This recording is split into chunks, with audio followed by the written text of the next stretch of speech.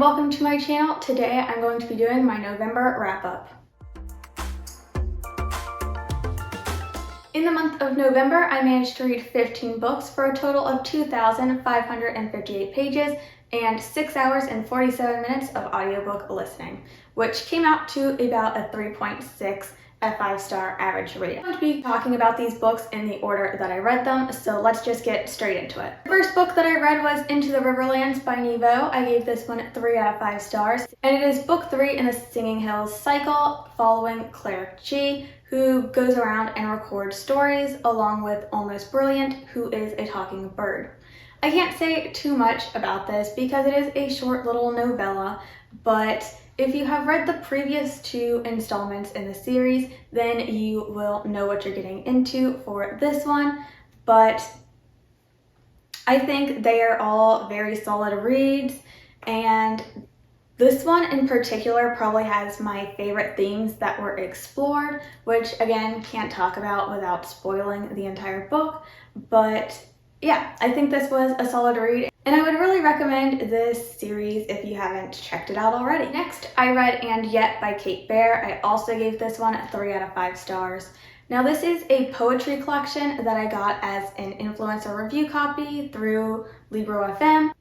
I'm not really a poetry girly, so I'm not really sure how to review poetry, but I thought this one was solid. It explores like motherhood and family dynamics, love, loss, that sort of thing. And, you know, I think it's a solid read. I don't think I really connected with this collection as much as I would have hoped, but yeah, I don't really know what else to say about this. But I do know this one was in the Goodreads awards. It was a nominee for Best Poetry, so maybe a lot of other people have really enjoyed it. So if you're in poetry, maybe check it out. Another audiobook that I listened to, this one I got from NetGalley, and this is The Sunbearer Trials by Aidan Thomas, which I gave 4 out of 5 stars to. And this is the start to a YA fantasy duology. I believe it's a duology.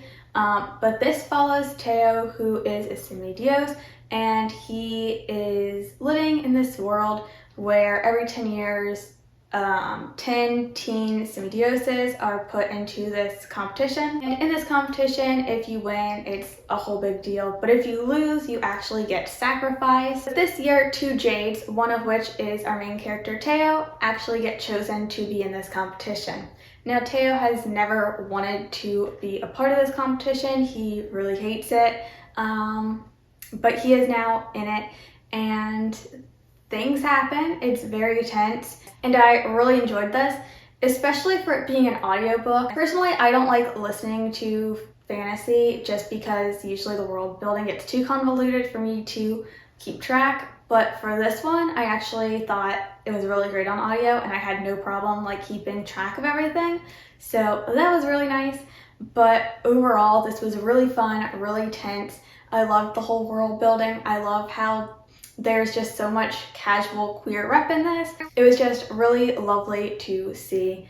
But the only reason this didn't get 5 stars for me is the humor, which of course is very personal, and obviously it won't be the same for everyone, but I just felt like a lot of their like banter and jokes kind of took me out of the story and kept me from being like immersed in the whole like tense action-y scenes that were going on.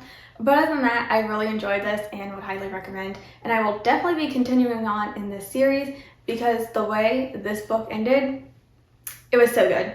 I need book 2 immediately, and I can't wait. Next, I read Never Cross a Highlander by Lisa Rain. I gave this one 3.5 out of 5 stars. This is actually my first Highlander romance that I have ever read, so I kind of didn't know what I was getting into, but I had a lot of fun with this one. So this book follows Ailsa, who has been waiting to escape enslavement and return to her clan, and her time has finally come when there is a big sort of event going on at the castle that she is enslaved at, where all the clans come for this competition. But her plans get derailed when the love interest, Callum, who is an infamous warrior, sort of enters the scene. Callum is actually living a double life, helping enslaved people escape and go other places, And when him and Elsa meet, he is obviously trying to get her out of the country, to leave, to help her and stuff, but she really wants to go back to her clan, which is kind of in the other direction than where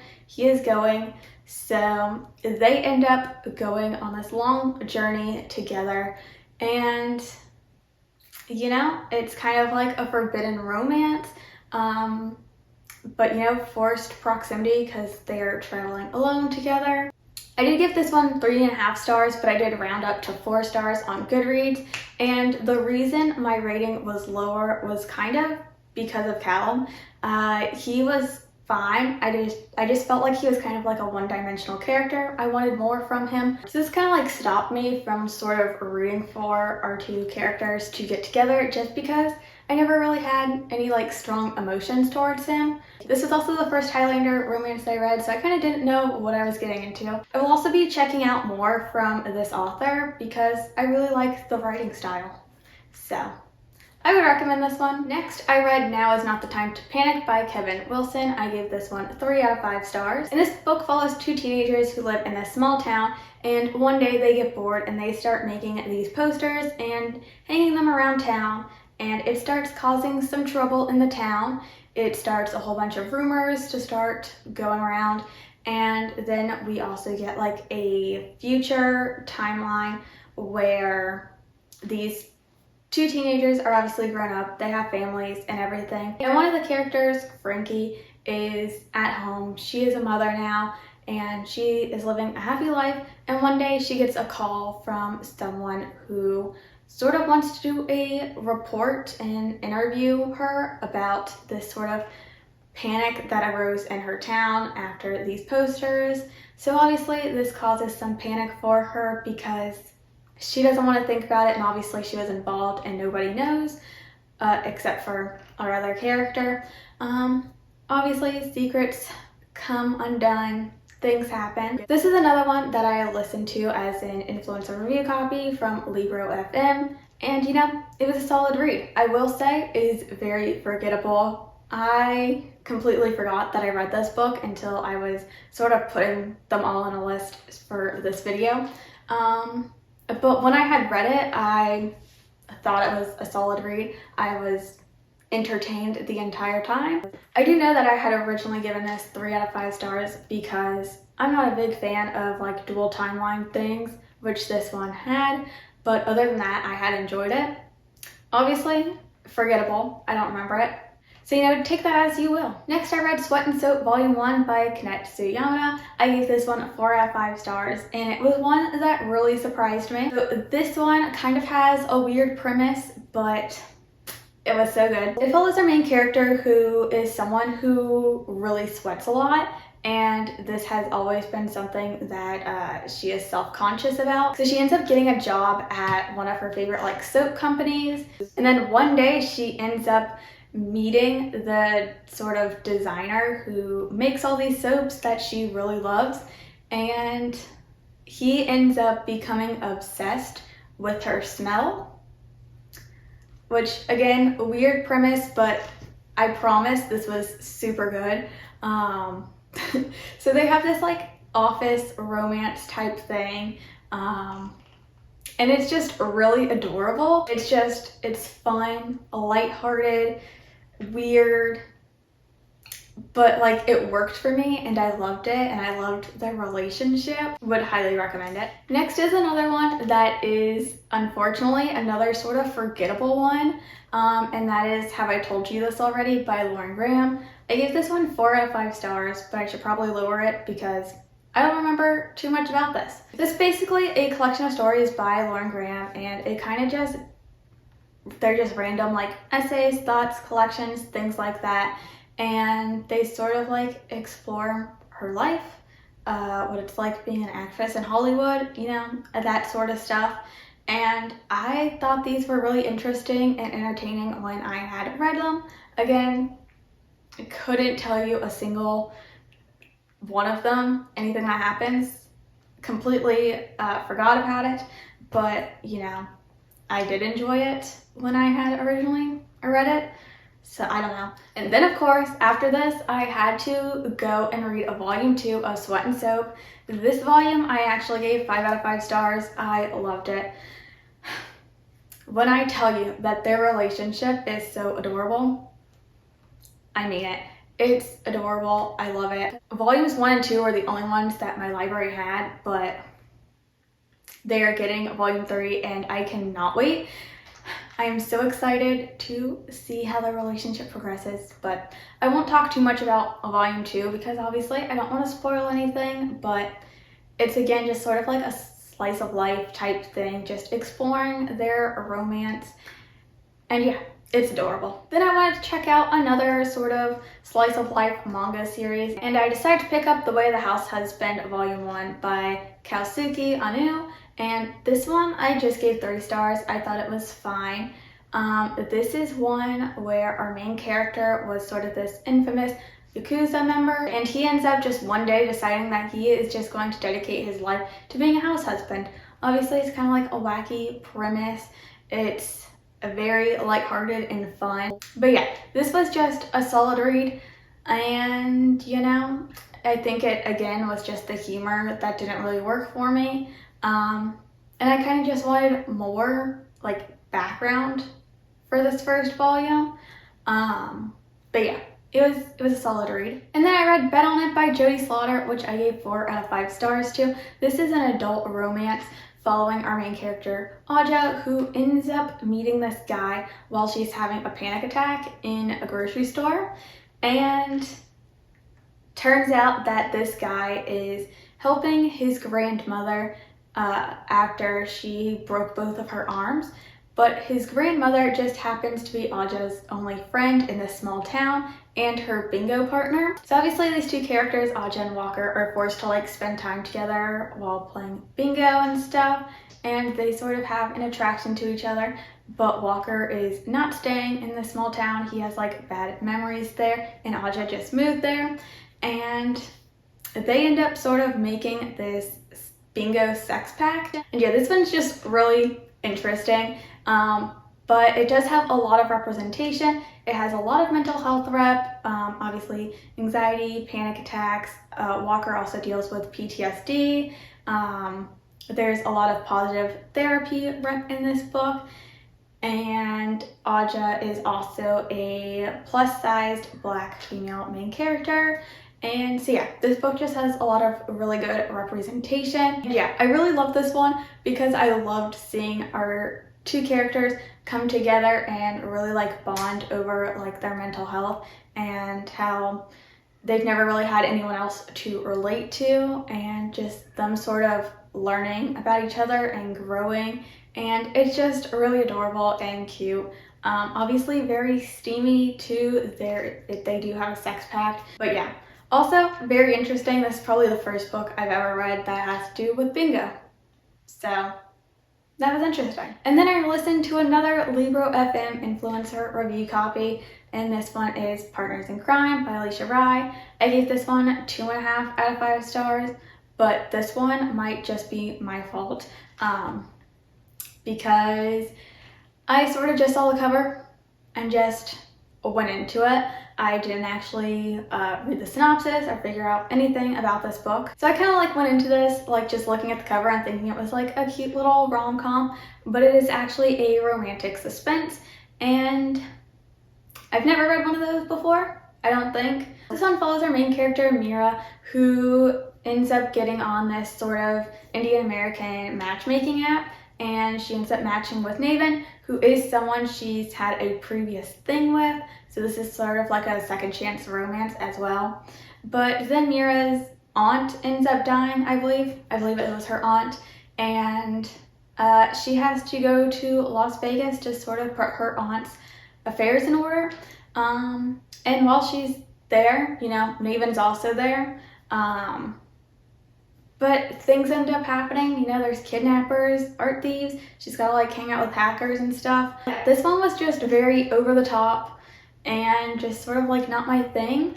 I didn't really care about the romance. It's a lot of like them, you know, sort of already having a thing. So there's not like a lot of them getting to know each other and like having like a big emotional connection, especially because there's so much else going on in the plot. So yeah, this one just really didn't work for me, but that also just might be my fault since I didn't know anything about it before going in. But then I read All the Feels by Olivia Dade, and I gave this one 5 out of 5 stars.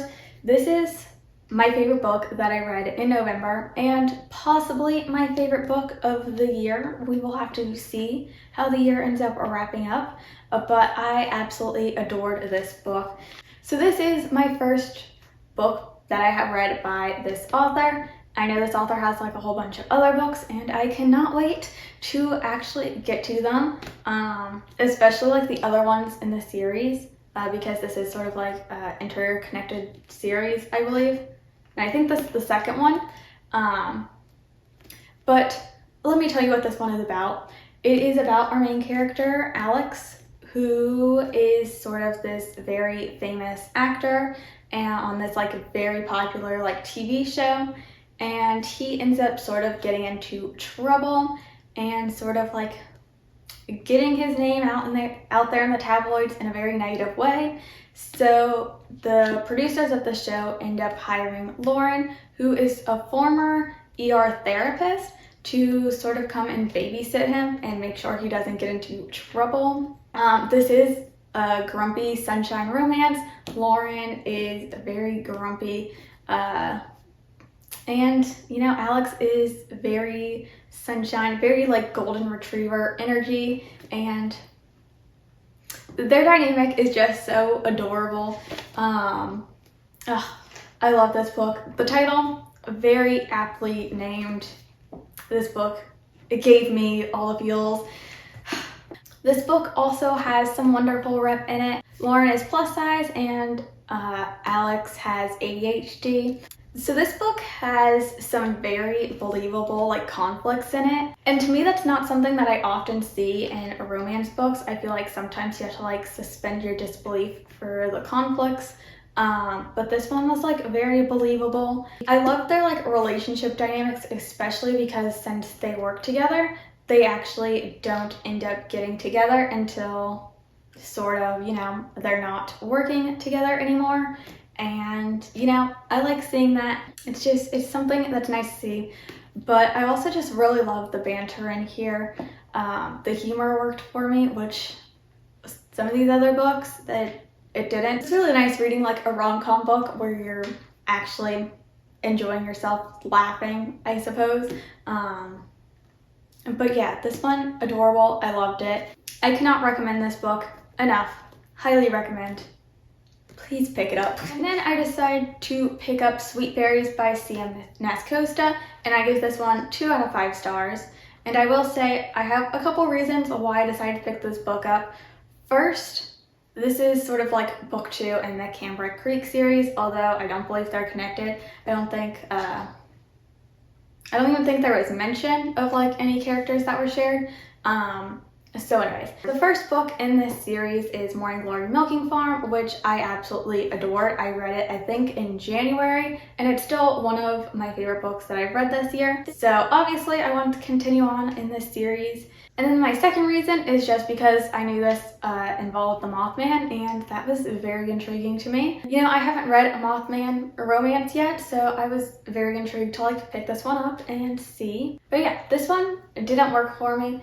It's about our main character, Grace, who ends up going to the bar, and when she gets home, she ends up putting on an exhibitionist show to like this unknown presence outside her window. And at first, she's kind of like, oh no, why did I do this? Until she finds out the identity behind this unknown presence, and that is, of course, our Mothman hero. And yeah, that's kind of the premise. I didn't care about these characters in the slightest, and I was kind of just bored. And I really don't know what else to say about this one, because I was kind of just reading it, just waiting for it to be over. I don't think this is one that I'd really recommend. But yeah, I don't know. I will still be reading the rest of the books in this series because they do all sound intriguing. so we shall see. And then I read the Heartstopper Yearbook by Alice Oseman, and I gave it 4 out of 5 stars. This is just like a short little graphic novel with like extra Heartstopper content. There's like mini comics and trivia, and sort of all about Alice Oseman's process with writing Heartstopper.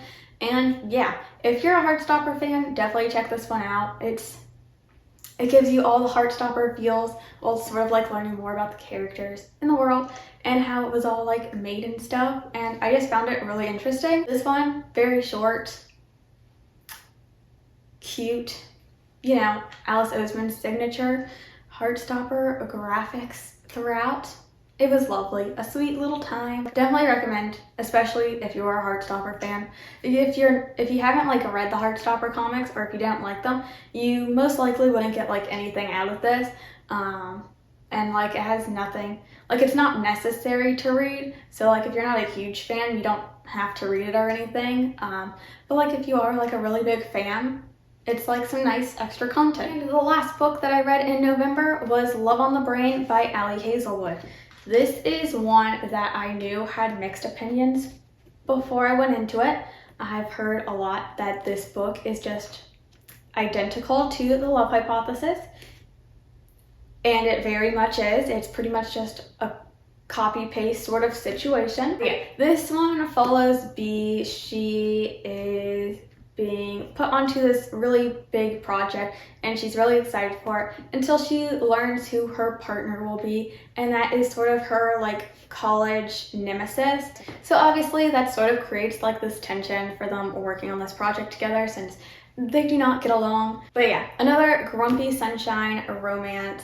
I will say I absolutely loved The Love Hypothesis, so sort of going into this knowing that this one would be exactly the same as The Love Hypothesis, I was kind of like, okay, I enjoyed The Love Hypothesis. I'm sure this one will be as good, you know, going into it knowing it's the same. I could sort of like set my expectations for it. And this probably would have been a full 4-star read if the ending of this book didn't happen.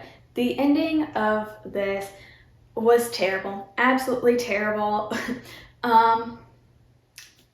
Unnecessary, like it's a very unnecessary way to end this book, and like what the whole conflict of it was.